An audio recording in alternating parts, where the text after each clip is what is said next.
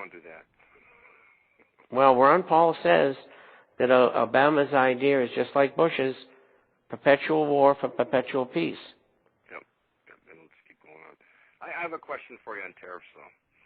Would there be any value in tariffs, and not just China, but all the surrounding countries, India, Germany, all these people, would that bring value to the United States? I mean, to help us, or would it, other than killing us, what would be a value to that? Or if we drop the tariffs down to nothing, would there be a value in that?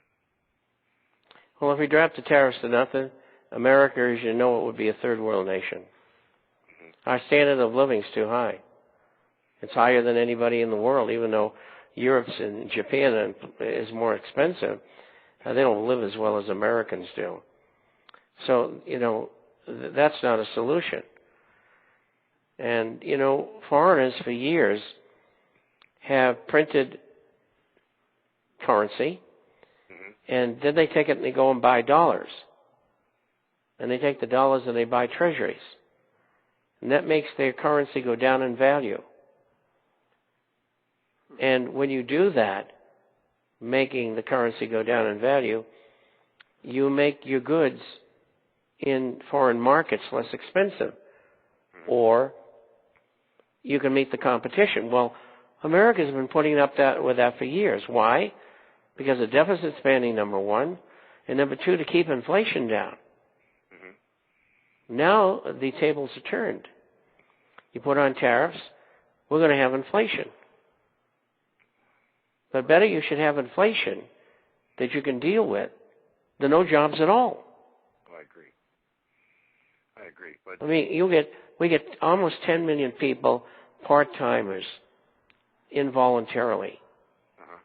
Then on top of that, we get 22.2% of the population unemployed. Mm-hmm. 25% during the Depression. What do they think we got now? Even under U6, which is unemployment, which includes U3, which is 10.2%. Mm-hmm. The people who don't get checks anymore, mm-hmm. from the state for unemployment, the people who are underemployed part-time, 33 hours a week, and then on top of that, you've got people who are discouraged, they just can't find a job.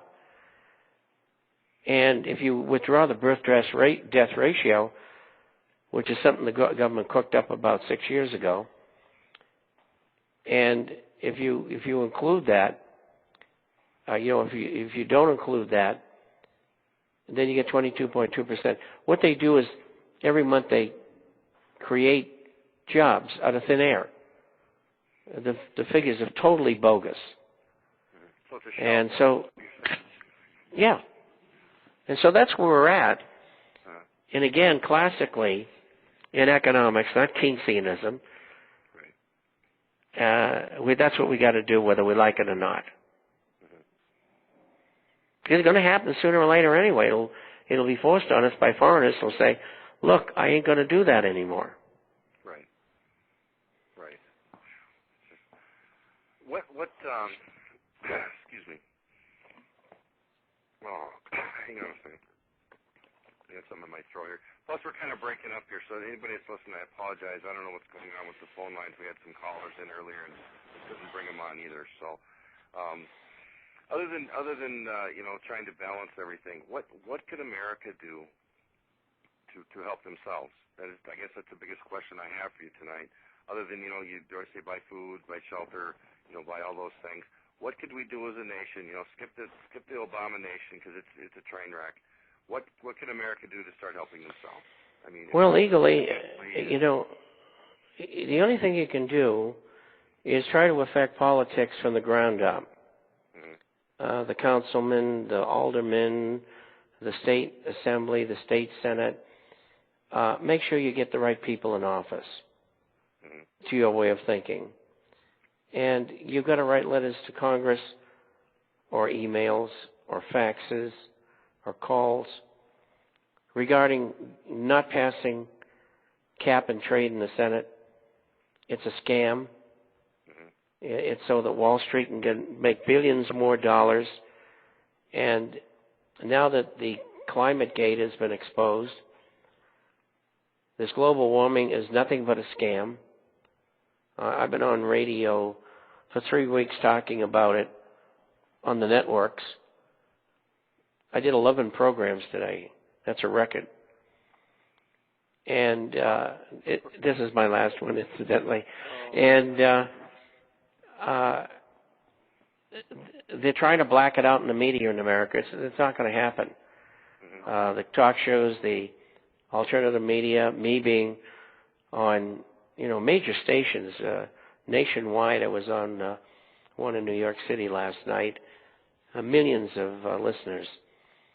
And so getting back to cap and trade, we got to tell the senators, not only our own, but all of them, we don't want that. Taxes are going to go up 20%. Right. They got a Copenhagen Treaty going. You're right. Contact all of them, House and Senate. We don't want that sort of thing. It's another 20% increase in taxes. Well, if you're paying 30% now plus 5 to the state, where are you? You're at 75%. I mean, there's a guy who's making $45,000 a year. Does he want to pay 75 plus whatever the local taxes are, which is 80% of his income? Right. That's slavery. Well, that's what's going to come to. Well, that's what they want. Well, they're trying to make the American people that actually thrived in this world, they're trying to make them pay for their mistakes. And it's not fair. It's flat out not fair.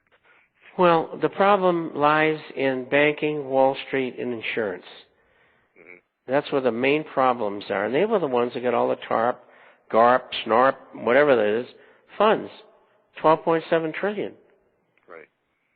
And the public got nothing. And they're paying for all the mistakes the bank has made. It's insanity. And that's why 1207 and 604 bills to investigate and audit the Fed are so important. Now, 3396, I think it is, was passed yesterday.